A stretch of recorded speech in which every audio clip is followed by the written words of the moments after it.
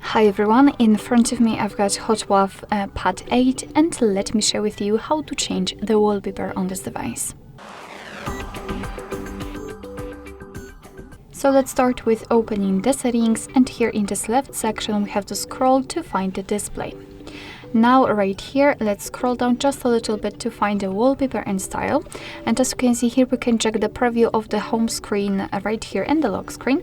So all we have to do is to tap on change wallpaper, and here we've got some albums from which we can choose the wallpaper from. We've got my photos, which is basically your own gallery, or on device wallpapers which are pre-installed. So let me tap on it, and here we've got some options. So in order to check the preview, we have to tap on the wallpaper we'd like to set, and unfortunately we will have to rotate our device to check the wallpaper. And as you can see here, we've got the preview. You can change the position of it. You unfortunately cannot zoom it out. That's okay. You can check the home screen and the lock screen preview, so just position it like you want to and decide whether you like it or not.